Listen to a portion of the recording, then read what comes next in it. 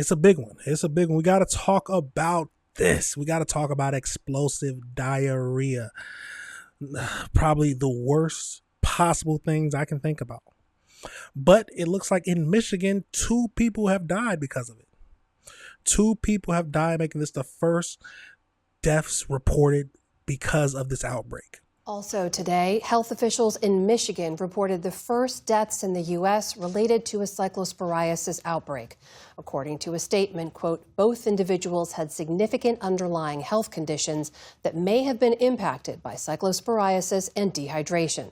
The officials add that the intestinal parasite disease is not usually considered life-threatening. The CDC has confirmed some 6,700 cases nationwide since early May, though Michigan alone has reported more than 11,000 suspected cases. More than 24 states, nearly all led by Democrats, are suing the Trump administration over its latest tariffs. Last month, the government announced double-digit levies on 60 trading partners. Well, we don't need to hear about Trump. We want to know about the cystic how do you say that? The cystic fibrosis? We told you yesterday about 2 deaths in the nationwide foodborne illness outbreak. And while the deadly cases are located in Michigan, more than 22,000 cases of cyclosporiasis have been reported in 45 states. Joining us now is Adrienne Walling, the prevention specialist for the Washtenaw County Health Department in Michigan. Adrienne, great to be with you. You are doing the on-the-ground work on this outbreak investigation. What does that look like day to day, and how does a health department prepare for something like this? Well, I think the health department is used to pivoting. So while there is not necessarily any explicit preparation for a parasitic outbreak, we are very familiar on how to pivot. So when cases came in and when we started noticing that cases were much larger than usual, we knew how to pivot. We knew how to assemble our colleagues, our coworkers, to create a team to address and do all of the contact investigation. So typically our days currently include receiving all of the test results that we got overnight or over the weekend, making sure that we try to contact every single person to see if they have any questions, give them information on tips and tricks on how to feel better, important information like staying hydrated and hand washing and produce washing information, but also asking them questions to see if we could figure out commonalities on how people got cyclosporiasis. Yeah, you talk about pivoting. Specifically, what are you doing to track? Now, I can't imagine the amount of pain of constant explosive diarrhea and then you die from it. They said they had different underlying conditions because they don't really consider it deadly, but that's an awful way to go. And it just goes to show you how important washing vegetables are. At least that's what my understanding is of the main way to fight against it. But let's get over into another video that'll just give us some more information about it. Let's jump over into that. Morning, health officials in Michigan confirming the first 2 deaths related to cyclospora in the U.S. as the CDC and FDA continue to investigate the multi-state outbreak of the parasite they've linked to contaminated iceberg lettuce. Michigan's health department writing that both of the deceased, quote, had significant underlying health conditions that may have been impacted by cyclosporiasis and dehydration. The FDA adding both individuals got sick before Taylor Farms' voluntary recall of iceberg lettuce grown in Mexico on July 17th. We got a lot of cyclospora outbreak every summer. In a new interview with USA Today, Health and Human Services Secretary Robert F. Kennedy Jr. denying that the record number of cyclospora cases are a result of last year's sizable CDC staffing cuts. No, they had nothing to do with it. We had no cuts in our food surveillance system.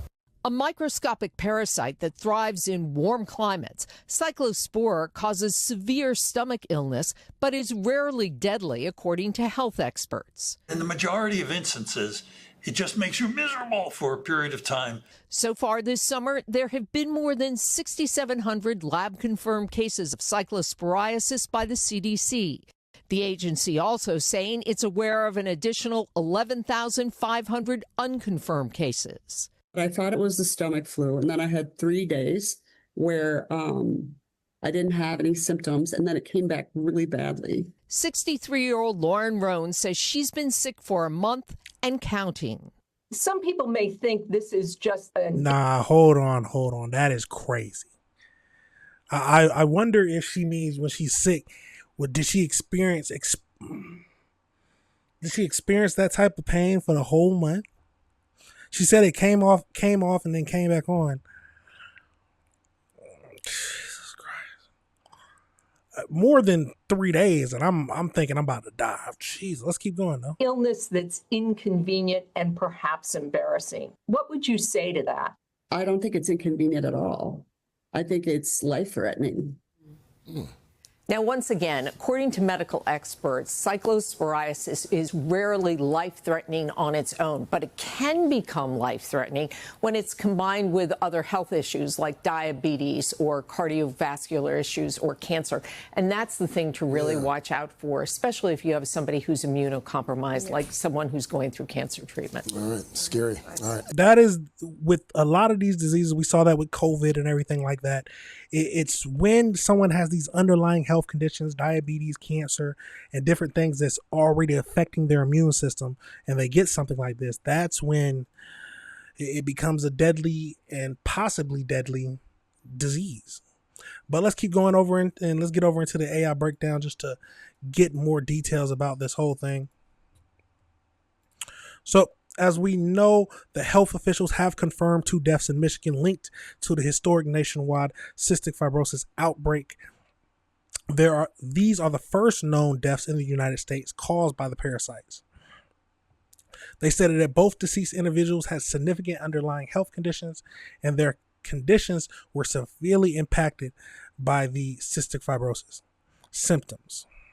They said both individuals fell ill prior to the July 17th voluntary recall of any of contaminated lettuce.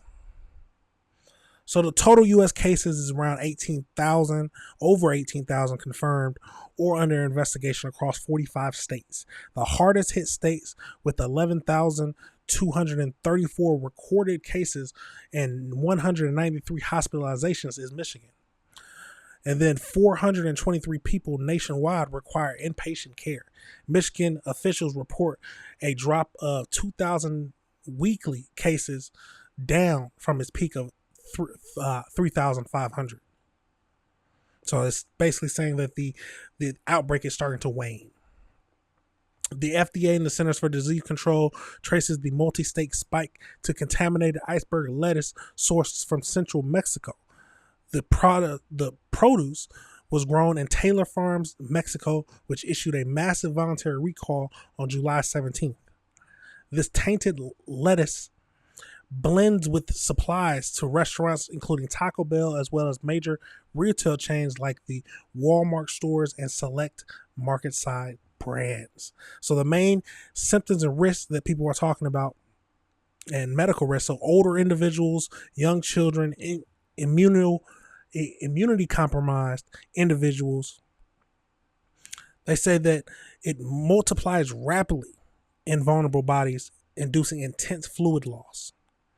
Critical warning signs include muscle cramping, severe lightheadedness, dizziness, and fainting. While this is typically non-life-threatening, like they always say, the individuals with the already compromised health systems are at risk. But those are what we know right now about the 2 individuals. Nope, we don't know the name. But that is what we have so far right now. 2 deaths in Michigan from the explosive diarrhea. It's a tragic thing. Hopefully it doesn't rise, but that's the first of 2 deaths.